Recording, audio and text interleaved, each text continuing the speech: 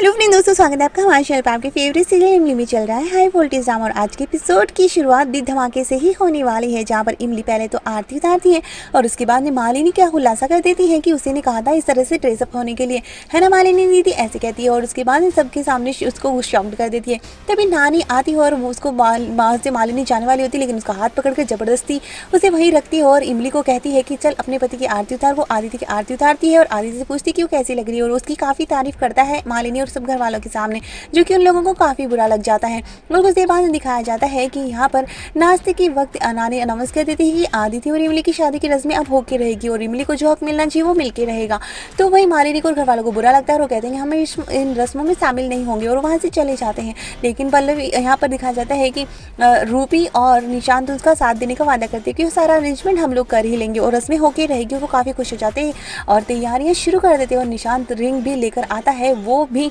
जो उनकी जो पुश्तैनी रिंग होती है वो। और अब मालिनी अब नानी को उसी के खिलाफ यूज़ करने वाली है और वो पहुंचती है अनु के पास में और वहाँ पर मिट्टी उनको चाय पिलाती है, तो वो उसको नौकरानी समझ बैठती है और अनु कहती है कि इन सब लोगों को सिर्फ पैसे चाहिए और कुछ नहीं चाहिए होता। और मालिनी घर आकर नानी को इमली के खिलाफ यूज़ करने की कोशिश करती है और कहती है कि ये रिंग ये सब कुछ, उसे रिंग दे देती है वो पुश्तैनी वाली जो इमली के लिए आई होती है और कहती है कि आपको क्या मिलेगा, इमली को तो सब कुछ यहाँ मिल जाएगा और उनको उसका हक तो उसको मिले, आप दिला के रहेंगे, लेकिन आपको क्या मिलेगा, आपको तो फिर काम जाना पड़ेगा। और वो उसको अपनी झांसे में लेने की कोशिश करती है और वो उसमें आ भी जाती है। तभी वह सुंदर सारी बातें सुन लेता है और जाकर इमली को सारी बता देता है। वहीं दूसरी तरफ जो डेकोरेशन हो रहा होता है उसे इमली वहाँ पर एक बल्ब लगाने की कोशिश कर रही होती है और वहाँ पर पहुँचने वाली तो आदित्य उसकी मदद करता है और उसको स्लीपर पहनाता है और उसको ऊपर उठाता है गोद में और उसको वो बल्ब लगाने में मदद करता है। और उन दोनों में काफ़ी रोमांस देखने को मिलता है और कहता है कि अगर हम पहले दिन सब कुछ बता देते तो इतना कुछ तमाशा होता ही नहीं, लेकिन अब नानी को नकली नानी तो बिल्कुल मत कहना, तो अब मुझे वो बहुत ही अच्छी लग रही है। तो वहीं इमली मिट्टी को इन्फॉर्म करती है कि सारी रस्में होने वाली हैं और